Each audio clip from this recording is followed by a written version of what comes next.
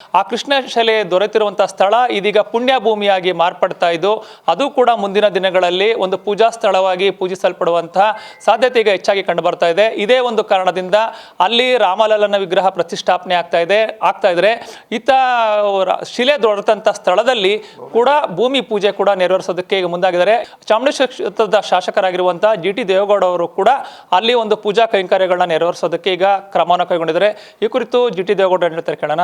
Sir, ಈಗ ಬರುವ ಸೋಮವಾರ ಅಲ್ಲಿ ಏನೆಲ್ಲ ಕಾರ್ಯಕ್ರಮಗಳನ್ನ ನೀವು ಹಮ್ಮಿಕೊಂಡಿದ್ದೀರಿ ಅಂತ? ಅಯೋಧ್ಯೆಯಲ್ಲಿ ಬಾಲರಾಮನ ವಿಗ್ರಹ ಏನು ಸ್ಥಾಪನೆ ಆಗ್ತಾಯಿದೆ, ಅಲ್ಲಿ ಬಾಲ ಅನ್ನೋದಕ್ಕೆ ರಾಮಲುಲ್ಲ ಅಂತ ಹೇಳ್ತಾರೆ ಆ ಭಾಗದಲ್ಲಿ. ಅದಕ್ಕೆ ರಾಮನ ಬಾಲ ವಿಗ್ರಹ ಇವತ್ತೇನು ಸ್ಥಾಪನೆ ಮಾಡಿದ್ದಾರೆ ಪ್ರಧಾನಮಂತ್ರಿಗಳ ನೇತೃತ್ವದಲ್ಲಿ, ಆ ಒಂದು ಶ್ರೀರಾಮನ ಶಿಲೆ ವಿಗ್ರಹ ನಮ್ಮ ಕ್ಷೇತ್ರದ ಚಾಮುಂಡೇಶ್ವರಿ ವಿಧಾನಸಭಾ ಕ್ಷೇತ್ರದ ಆರೋಹಳ್ಳಿ ಗುಜ್ಜೇಗೌಡಪುರ ಆರೋಹಳ್ಳಿ ಗ್ರಾಮದ ಒಬ್ಬ ದಲಿತ ರೈತ ರಾಮದಾಸ್ ಅವರ ಜಮೀನಿನಲ್ಲಿ ಈ ಶಿಲೆಯನ್ನು ಶಿಲ್ಪಿಯಾಗಿರ್ತಕ್ಕಂಥ ಶ್ರೀನಿವಾಸವರು ಅದನ್ನು ತೆಗೆದಿರ್ತಕ್ಕಂಥದ್ದು, ಗುರುತಿಸಿರ್ತಕ್ಕಂಥದ್ದು. ಅವರೇ ಹೇಳ್ತಾರೆ ಹೆಂಗೆ ಗುರುತಿಸಿದ್ರಿ, ಯಾರ್ಯಾರು ನಿಮಗೆ ಸಲಹೆ ಕೊಟ್ಟರು. ಆ ರೀತಿ ಶಿಲೆ ಚಾಮುಂಡೇಶ್ವರಿ ಸನ್ನಿಧಿಯಿಂದ ಇವತ್ತೇನು ಅಯೋಧ್ಯೆಗೆ ಹೋಗಿ ಸ್ಥಾಪನೆಗೊಂಡಿರ್ತಕ್ಕಂಥ ಬಾಲರಾಮನ ವಿಗ್ರಹ ಪ್ರಪಂಚದಾದ್ಯಂತ ಇವತ್ತೇನು ಪೂಜಾ ಕೈಂಕರ್ಯ ಕಾರ್ಯಕ್ರಮಗಳು ನಡೀತವೆ, ಅದಕ್ಕೆ ಮೂಲ ಇಲ್ಲಿಯ ಶಿಲೆ.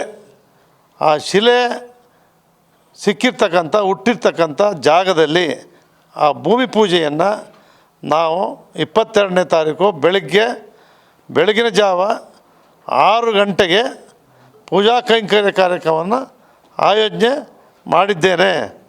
ಅಲ್ಲಿ ನಮ್ಮ ಜಯಪುರ ಗ್ರಾಮ ಪಂಚಾಯತಿ ವ್ಯಾಪ್ತಿಯ, ಆರೋಹಳ್ಳಿ ಗ್ರಾಮ ಪಂಚಾಯತಿ ವ್ಯಾಪ್ತಿಯ, ದನಗಳ್ಳಿ ಗ್ರಾಮ ಪಂಚಾಯತಿ ವ್ಯಾಪ್ತಿಯ, ಅದೇ ರೀತಿ ಅಕ್ಕಪಕ್ಕ ಇರ್ತಕ್ಕಂಥ ಗ್ರಾಮ ಪಂಚಾಯತಿ, ಅದು ಕ್ಷೇತ್ರ ಹಾಗೂ ಬೇರೆ ಬೇರೆ ತಾಲೂಕುಗಳಿರ್ತಕ್ಕಂಥವ್ರಿಗೂ ಕೂಡ ಒಂದು ಕರೆಯನ್ನು ನಾನು ಕೊಡ್ತಾಯಿದ್ದೇನೆ.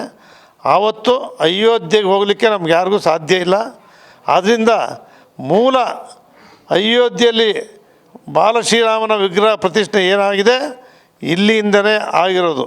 ಆದ್ದರಿಂದ ಆ ಜಾಗದಲ್ಲಿ ಬೆಳಗ್ಗೆ 6 ಗಂಟೆಗೆ ಸರಿಯಾಗಿ ನಾವೆಲ್ಲ ಭಕ್ತಾದಿಗಳು ಎಲ್ಲ ಜನರು ಕೂಡ ಸೇರಿ ಅದ್ಧೂರಿಯಾಗಿ ಭಾಳ ಭಕ್ತಿಯಿಂದ ಆ ಒಂದು ಪೂಜಾ ಕಾರ್ಯಕ್ರಮವನ್ನು, ಭೂಮಿ ಪೂಜಾ ಕಾರ್ಯಕ್ರಮವನ್ನು, ಇಲ್ಲಿ ಭೂಮಿ ತಾಯಿ ಕೊಟ್ಟಿರ್ತಕ್ಕಂಥ ಆ ಶಿಲೆ, ಆ ತಾಯಿಯನ್ನು ಪೂಜಾ ಕಾರ್ಯಕ್ರಮದಲ್ಲಿ ನಾವೆಲ್ಲರೂ ನೋಡಿ ನಾವು ಸಂತೋಷ ಪಡ್ಕೊಳ್ತಕ್ಕಂಥ ಒಂದು ಕಾರ್ಯಕ್ರಮವನ್ನು ಆಯೋಜನೆ ಮಾಡಿದ್ದೇನೆ.